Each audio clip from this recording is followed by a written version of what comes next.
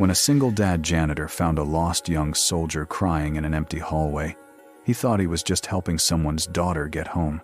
Only later did he learn she wasn't just a soldier, she was the Navy Admiral's daughter, and the only person who could save his entire future.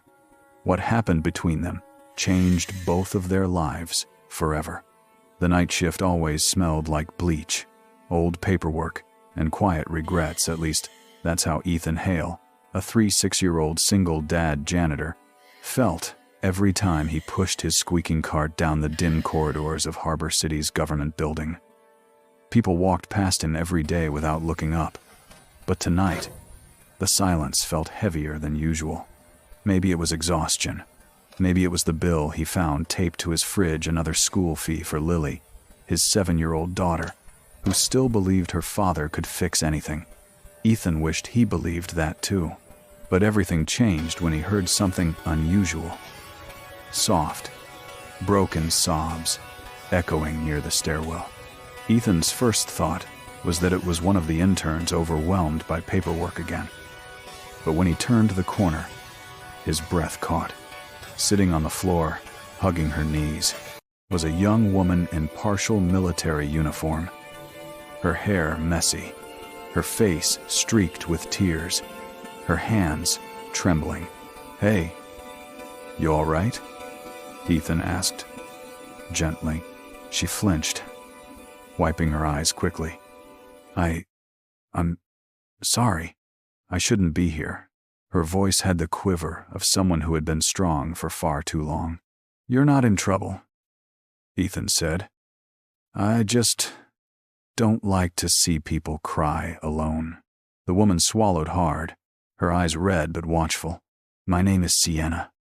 I'm trying to get home, but someone stole my bag at the bus terminal. My ID, my money, everything's gone.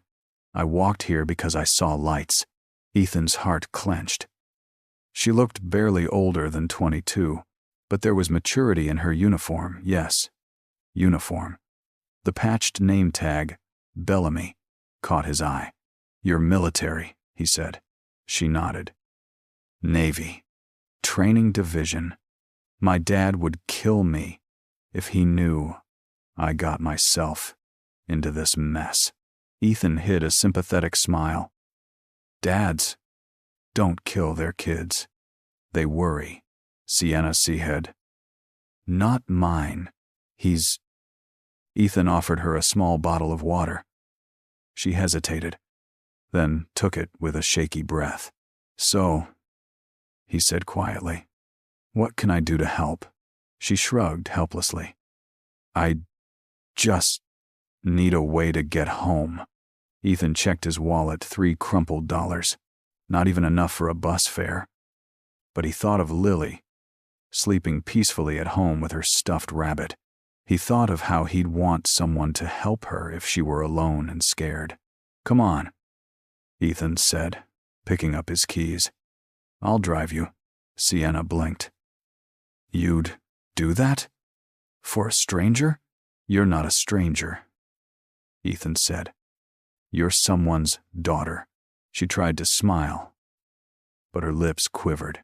That moment hit him harder than the mop handle ever did. The drive was quiet at first.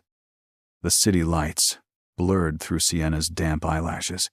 Ethan didn't push her to talk, but she did anyway. "We had final evaluation today," she whispered.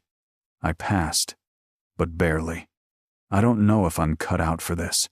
Everyone thinks I'm strong because of him, but because of who?" Ethan asked. She hesitated. "My father, Admiral Bellamy." Ethan nearly choked.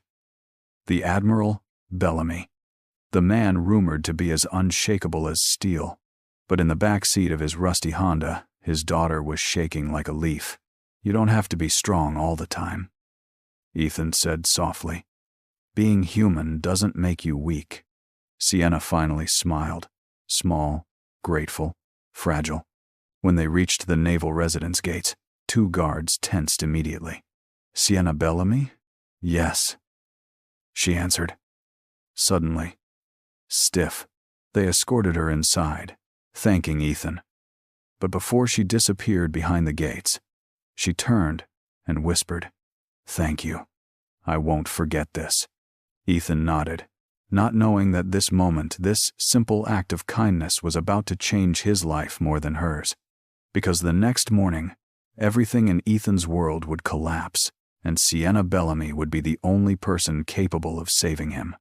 The next morning felt cursed from the moment Ethan arrived at work.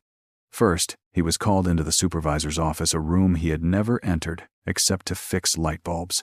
His supervisor, Mr. Dorsey, looked uncomfortable. "Ethan, I'm really sorry about this.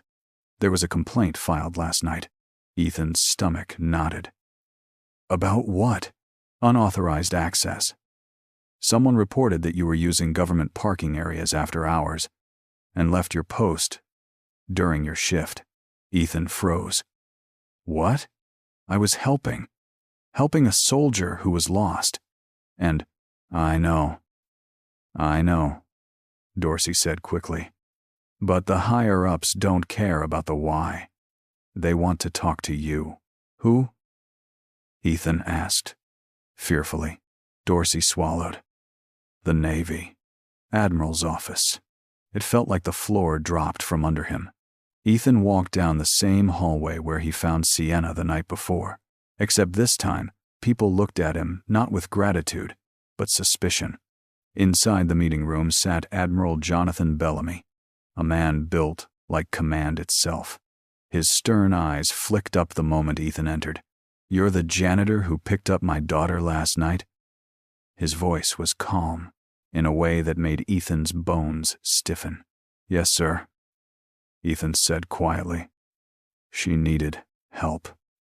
"Now," Bellamy laced his fingers. "And you didn't think to report it to security? Or call the Navy hotline? Instead, you drove her yourself, off duty, in a personal vehicle." Ethan felt heat rising in his chest. "Sir," she was alone, terrified, crying. For a moment, just a moment, something flickered in the Admiral's eyes. Concern, fear. Then it vanished. "If anything had happened to her," Bellamy said, "I would never forgive myself." Ethan expected punishment. Maybe suspension. Maybe worse. But then the door opened. Sienna rushed in. "Dad, stop." Her voice cracked. "He saved me." Bellamy stiffened. "Sienna, this is not." "No," she said firmly, stepping between them. "You weren't there. He was. I would have been stranded all night in danger if Ethan hadn't helped me." Ethan looked down, embarrassed, but Sienna wasn't done. "And there's something else," she whispered. "He didn't help me because of who I am. He helped me because he's a father, like you." But Admiral Bellamy inhaled slowly. Something shifted in the room, like the tension melted from steel to water. Then the Admiral surprised them both. "Ethan," he said, his voice softer. "I owe you an apology." Ethan blinked. "Sir, you showed more humanity in one night than I sometimes show in a month." Sienna smiled faintly. Bellamy continued. "You didn't leave your post. You fulfilled a duty far greater." He paused. "And I know about your situation, your daughter, the school fees you've been struggling with." Ethan swallowed hard, feeling exposed, vulnerable. "How?" "I checked," the Admiral admitted. "And I want to help. You deserve better. Maybe, or you deserve better. You deserve better. You deserve better." Ethan's heart raced. "Sir, I can't accept. This isn't charity," Bellamy said. "This is repayment. You protected my daughter. Now, let me protect yours." Sienna placed a gentle hand on Ethan's arm. "You helped me when I felt lost. Let us help you now." In that moment, Ethan felt something he hadn't felt in years. Not pity, not shame, but dignity.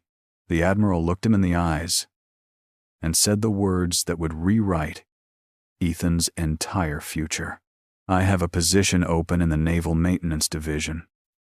Higher pay, full benefits, day shift. If you want it, it's yours. Ethan felt his throat tighten. He imagined Lily smiling, her school fees covered, her future brighter than his past. He nodded slowly, tears burning in his eyes. Thank you, sir. Sienna smiled warmly. You changed my night, she whispered. Now, let us change your life. And just like that, the janitor who thought he was invisible became the man the Admiral personally chose. Because kindness has a way of circling back, even when you least expect it.